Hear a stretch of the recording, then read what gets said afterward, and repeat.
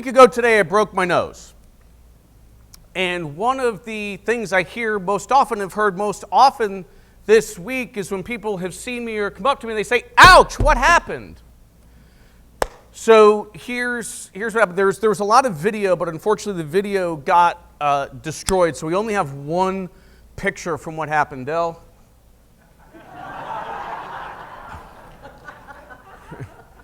And the dragon came and tried to destroy the church and is threatening Bloomfield, and I fought the dragon. The dragon finally submitted and said, I'm going to leave. And then at the very end, as a matter of spite, even though it had conceded the battle, it flung its tail, and I forgot about its tail, and it clipped me right across the nose. Dropped me like a rock. No, obviously, that's not what happened. What actually happened is my very athletic and super strong 24-year-old son still thinks his dad is also a very strong, super athletic 24-year-old person. And we were wrestling, and it wasn't like he did something to me that I wasn't, involved in. Like we were both in, we're wrestling, we're doing this, and that's not how I got hurt. We were done, and all of a sudden, me, like I get up like this when we're wrestling. Like I get up like most of you, like I have to use a hand, and I'm like, all right, I get up like that, right?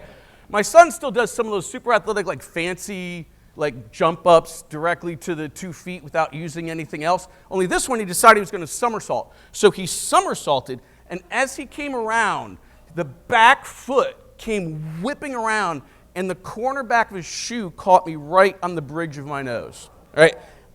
I dropped. I didn't lose consciousness or anything, but I absolutely, positively dropped. And it hurt. Right?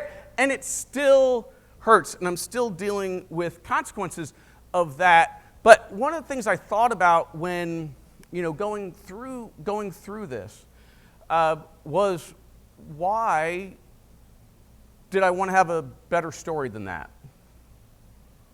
People ask me, wouldn't it have been cooler if if it was a bear that you were battling? Or what did the other guy look like? Or what happened here? What there? And it's all in jest, but there's truth in jest. And I think a lot of times we want a better story. That for some reason I was afraid that what happened and that my story wasn't enough. That and maybe you experience this, maybe you've happened this in your life, that somewhere in your life, you have a story somewhere in your life and you don't think that story's good enough. Maybe somewhere along the lines, you and I have a fear that whatever happened to us isn't enough, and we've got to accentuate it somehow, or people won't think we're good enough. Or you and I are somehow concerned that maybe just being normal human beings isn't enough. Now, I may pause from time to time here, and the reason for that is at first, I just thought it was the broken nose. I went to the doctor, we had it checked out, and it wasn't until several days later that I found out I had concussion symptoms. I'm still dealing with that. So if I pause or I have something, that's probably what's going on. I'm not always aware that that is happening. And this definitely hurts, right? And I feel vulnerable, and I feel weak. But there are some things that I learned in that process of going through this week. And one of those things is this. There is strength in weakness. There is strength in weakness. We have this thing, particularly in America, where we idolize individualism. That we are told that it is most important for you to be able to be self-sufficient, that it is incredibly important that you be able to stand on your own. People will even say in relationship advice, they'll say, look, you can't have a good relationship until you are whole. Nonsense. Nonsense.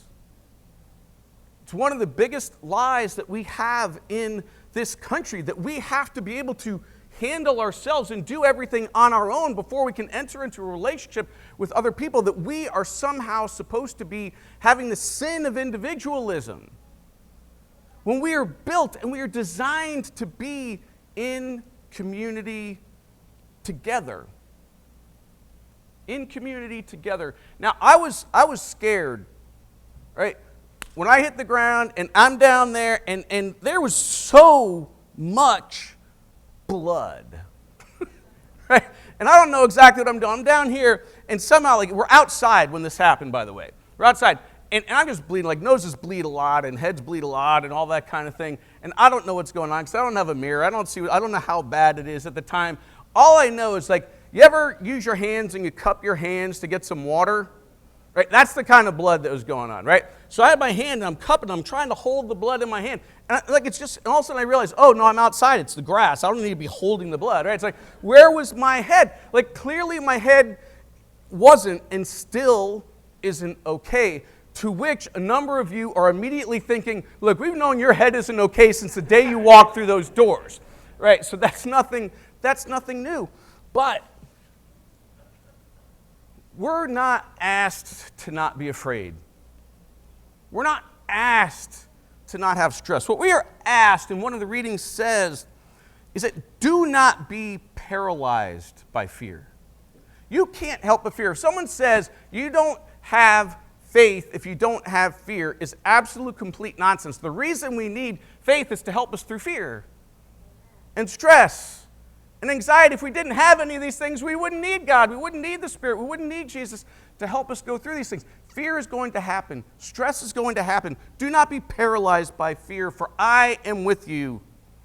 Do not be stuck in anxiety and discouragement. We're going to be discouraged. Things are going to happen. Do not be stuck there, for I am your God. I will strengthen and help you. If I think I've got it all together, if I think I can fix everything, I don't need God. When I know I'm not all that, when I know that I'm weak, I know that I need God. And you know what happens? I get stronger. I get stronger because I acknowledge the weakness and allow a stronger force, a bigger force, a more important force to be able to help me. And I'm willing to open myself and say, no, I don't have this. I don't have this. But I have enough people around me who love me and care about me, who recognize it, see it, and will help me get through. And that gives me strength. Another lesson I learned just this week is this. There are healing miracles all the time. It's just we like to define miracles kind of strangely. See, to me, the fact that this is healing without me having to do a lot is amazing.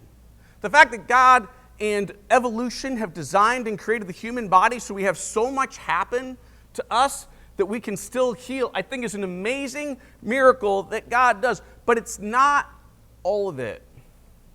I think healing miracles happen most frequently when we combine God, and for those of you who are here for the first time, this is the symbol that I use for God. This light that guides us, this light that shines in the midst of trouble, the light that guides us home when we are having such a difficult time in our lives or in the world. That healing miracles happen when God combines with you. When God combines with you. See, about 48, 72 hours, I didn't have concussion symptoms for the first couple days. And then I'm doing things here. I'm like, okay, yeah, we'll leverage the whole purple eye thing. We'll get some people interested and we'll leverage the sermon around that. But about 48, 72 hours, I started to not be okay in the head. And I didn't know it at first. Carolyn and Morgan and my wife were the ones who noticed it first. And they were the ones saying, Pastor Sean, like, slow down, go take some time, go do this, go, just relax. And that helped me heal, because as long as I'm super active, as long as I'm on screens, as long as I'm like keeping my head super active, my head is not healing. In fact, it's gotten worse. Right? So I need to take that time and do that. But in order for this to heal, it's the miraculous aspect of what our bodies are capable of doing. But it's also in combination with other people who help us do that. And how does that connect to anything we were talking about in the scriptures Today, this is the new commandment that I give you. Love one another. Just as like I acted in love towards you, so must you act in love towards others. Jesus constantly reached out to people who were hurting physically, psychologically, spiritually. And that's exactly what the people in this community of faith have been doing for me. Show and act in love towards others. This is how people will know that you follow me, that you are my disciples, if you act in love towards each other. And I thank you all for doing that. Paul says, carry each other's burdens. In this way, you will fulfill that law of Christ to love one another in action and in support. And that's what people did. Ursula Dang's not here today, but she was talking to me. She could tell I was off. And she's like, Pastor Sean, don't you have sick days? This council knows, I have quite a few of them. I don't take a lot of sick time. Right?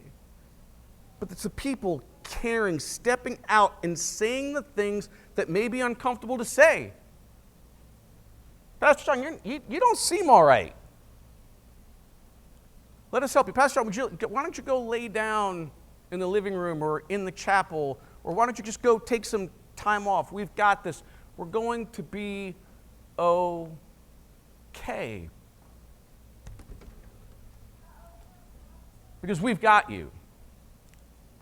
You've heard me say this to you. Those of you who have been here a number of times have probably heard me say this to you or preach on this before, saying, we've got you. If you are hurting, if you are in a difficult position, we as a community of faith have got you. You do not need to walk through whatever you are going through alone. We can't stop it. We don't pretend to have the power to stop the things that are going on in your life, physical, spiritual, emotional. We can't necessarily take away all those things that are making you feel the fear, making you feel the anxiety, making you feel the stress, making you feel the pain, but we'll walk with you. We will promise you that you never have to walk through that alone. And if you're there and you're saying, well, I'm not sure if I'm going to ask for help because I'm not sure if my story is difficult enough to be worthy of the pastor's time. I don't know if what I have to do, because I know the pastor's really busy. I know this church is busy. It's got a lot of things going on. I don't know if my story is worthwhile enough to come and share. It is. Whatever you are going through, you don't have to say, I need a bigger story. If you had trauma in your life and it's causing issues in your life today, but you're like, oh, my trauma wasn't as bad as that person's trauma. It doesn't matter. You matter, and we've got you as this community of faith. And I believe that because I've seen you all do it time and time and time again. For people you know and love, and for people who you've never met.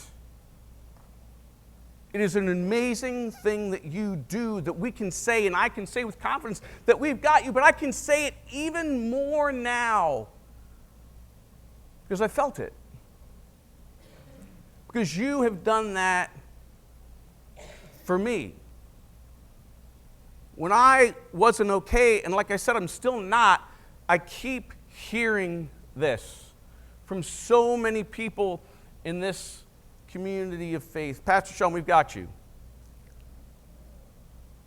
We've got you. We know that you're going to be okay. We know that things are going to be okay, but we know that you need our support. We've got you.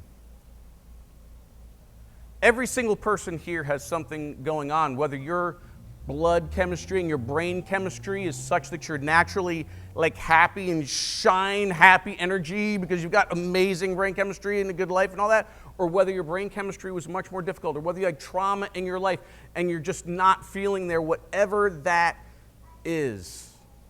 However you are feeling, if you're going through something, we've got you. As we go through the next 100 days of the political system, if you are feeling down and you're wondering why, I can tell you why a lot of people are not feeling okay right now, even if the rest of your life is going well. I want to tell you, through this 100 days, we've got you. If you have something else going on in your life and you need support or to talk or you need resources or you need food or you need something else, let us know and we've got you. We will walk with you. We will hold your hand. We will talk. We will support you in whatever way we can. And whatever it is, know that your story is worthwhile just as it is. That who you are, just as you are equally loved by God as any other person in the entire world. But know that as long as you're part of this community of faith, or even if you've moved away and you're still honorary people in our community of faith, that you can't go far enough where we don't have you. I don't care if it's Texas or Tunisia. So if you remember only one thing from this, know that I love you, know that I'm grateful for you, and know that no matter what, that now I have experienced from you what I've known this church has been about since I've got here. That's whatever you're going through, we've got you. Amen.